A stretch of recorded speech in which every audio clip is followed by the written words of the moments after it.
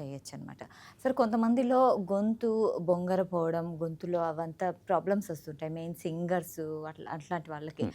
ఎందుకు అలా అవుతుంది? దానికి సొల్యూషన్ ఏంటి సార్? అంటే గొంతు లోపల ప్రాబ్లమ్స్ రావడానికి అగైన్ హ్మ్. ముఖ్యమైనటువంటి కారణం ముక్కే.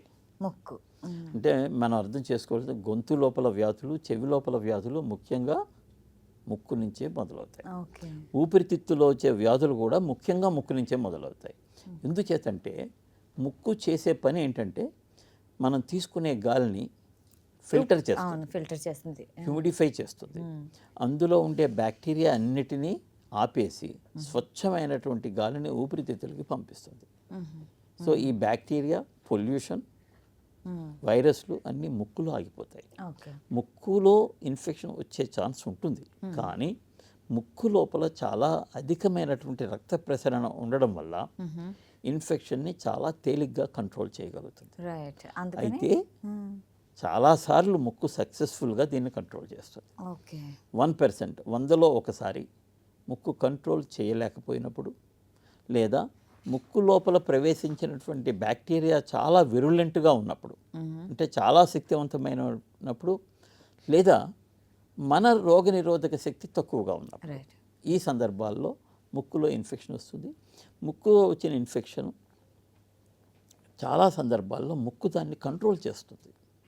దాన్నే క్రానిక్ సైనసైటిస్ అంటాం. క్రానిక్ సైనసైటిస్గా మారినప్పుడు ముక్కు నుంచి రోగికి ఎక్కువగా ఇబ్బందులు ఉండవు. అంటే ఒక రకమైన బ్యాలెన్స్ తయారవుతుంది. రైట్. రోగి కంఫర్టబుల్గానే ఉంటారు. కానీ అక్కడున్న ఇన్ఫెక్షను చెవికి, వాయిస్ బాక్స్, స్వరపేటిక అవును.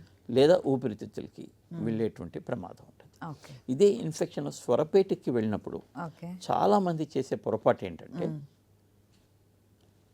అంటే గొంతు బొంగురుపోతుంది, అవును. అయినా సరే కష్టపడి మాట్లాడేస్తారు, గొంతు సవరించుకొని మాట్లాడదు. అలా చేసినప్పుడు స్వరపేటికలో ఉన్నటువంటి సున్నితమైన స్వరతంత్రులు డ్యామేజ్కి గురవుతాయి. ఓకే. అంటే అది వీక్గా ఉన్నప్పుడు దాన్ని పని చేయిస్తే ఏమవుతుంది, అది డ్యామేజ్ ఎక్కువ డ్యామేజ్ అయిపోతుంది. డ్యామేజ్ అవుతుంది. అలా డ్యామేజ్ అయినప్పుడు స్వరపేటిక స్వరతంత్రుల మీద కాయలు వస్తుంటాయి. దాన్ని వోకల్ నాడ్యూల్స్ అంటాము. కొన్నిసార్లు పాలిప్స్ వస్తాయి, ఎక్స్ట్రా గ్రోత్ కూడా ఫామ్ అవుతూ ఉంటుంది. సో ఈ జబ్బులన్నీ రాకుండా ఉండాలి అంటే ఏం చేయాలి? గొంతు పోయినప్పుడు, అంటే గొంతు బొంగురు పోయినప్పుడు 5 రోజులు ఎట్టి పరిస్థితుల్లోనూ మాట్లాడకుండా పూర్తి రెస్ట్ ఇచ్చినట్టయితే వోకల్ కార్డ్స్ మళ్ళీ రికవర్ అయిపోతాయి. చాలా బాగా చెప్పారు సార్. చెయ్యకపోతే రికవర్ అయ్యే ప్లేస్లో మనకి ఏవో చిన్న కంతులు ఫామ్ అవ్వడం, అది ఇంకా ప్రాబ్లం పెద్దగా అయిపోతుంది. పెద్ద అప్పుడు ఆపరేషన్ చేయాల్సిన పరిస్థితి వస్తుంది. ఓహో.